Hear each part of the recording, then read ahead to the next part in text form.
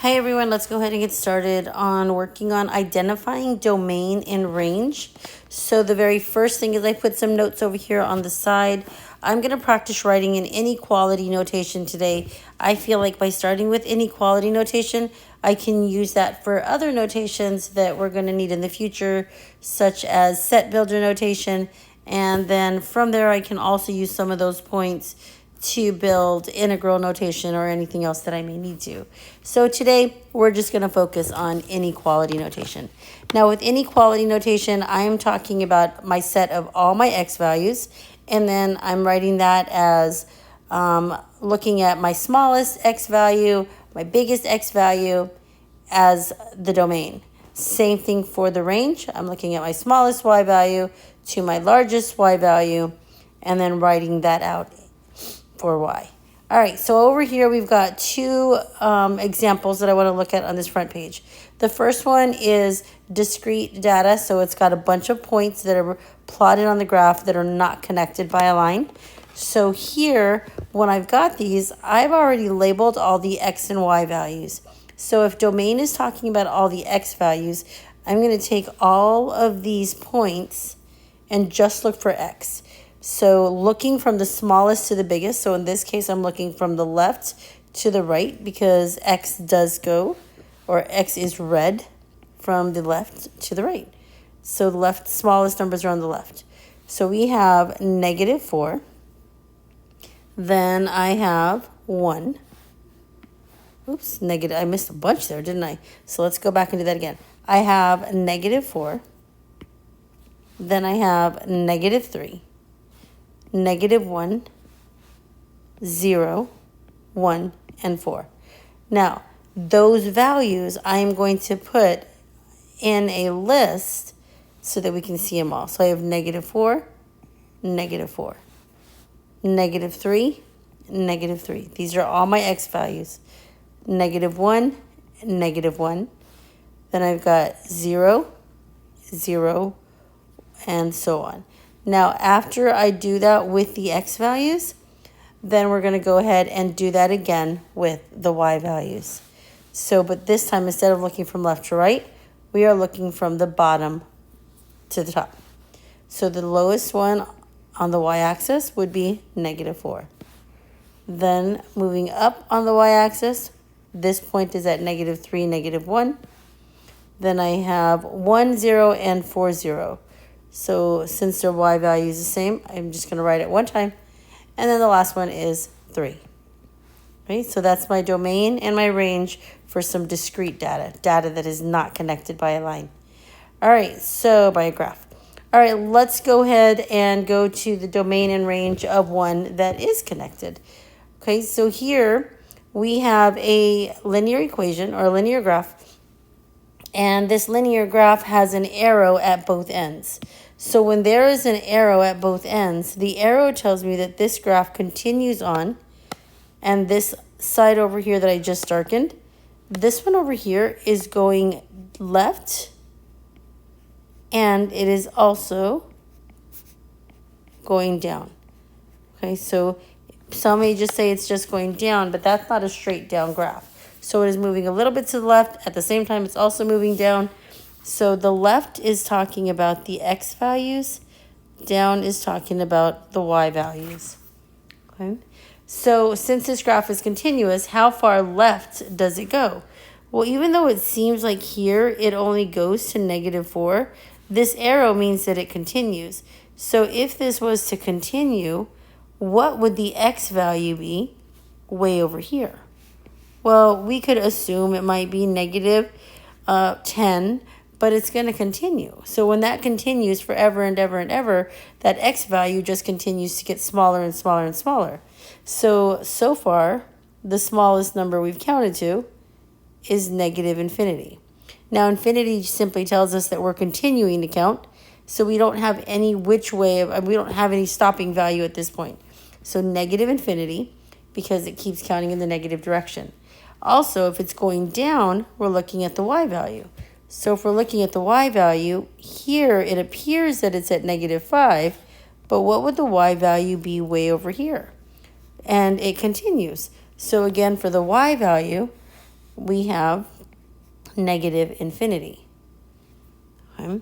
Now let's look at the right side, the one that's over right and going up.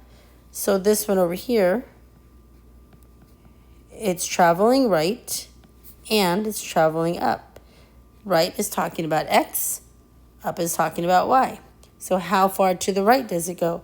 This one is going to the right, positive infinity, and it's going up, which is also positive infinity, but that's on the y-axis. Okay.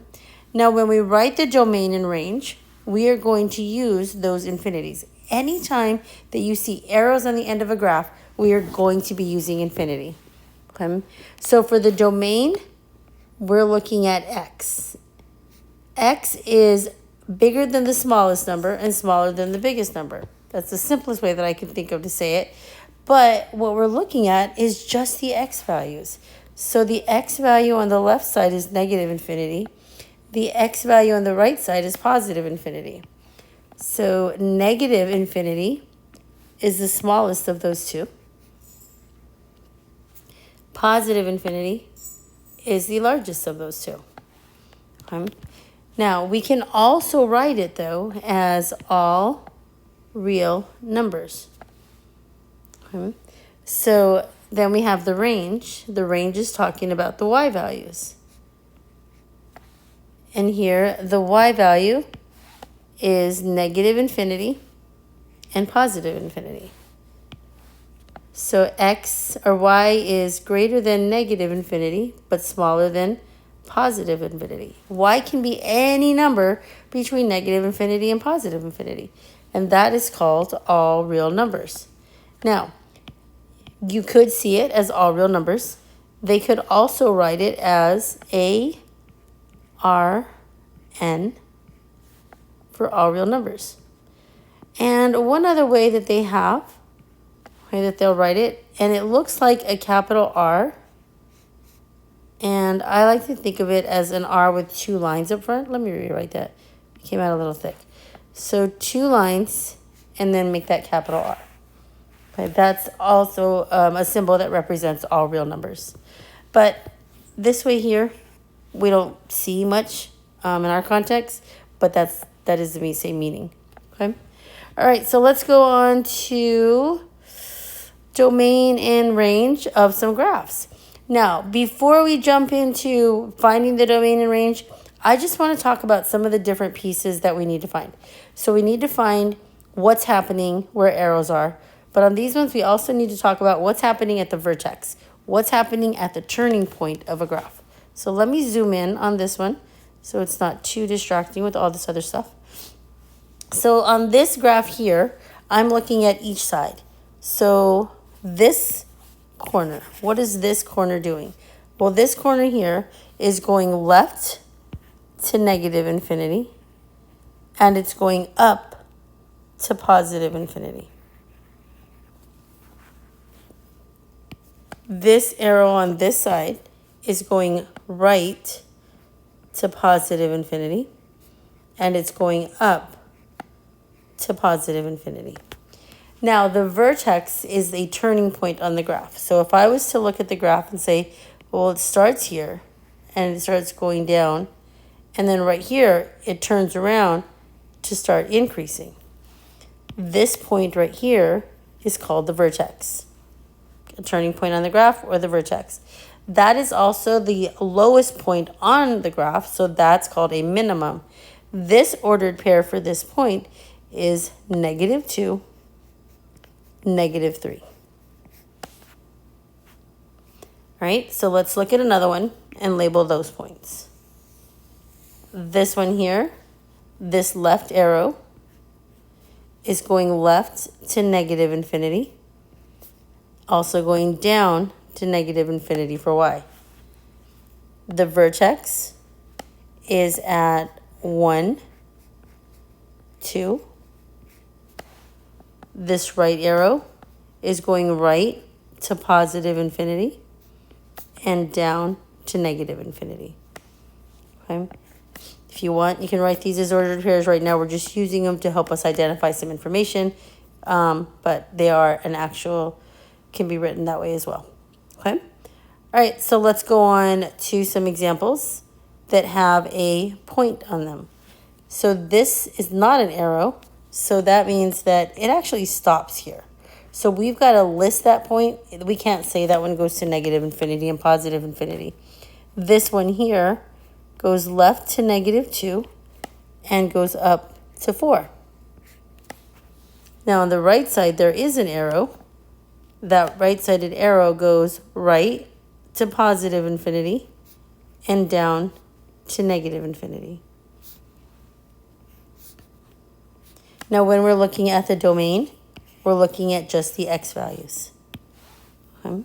So the x values is x is greater than -2.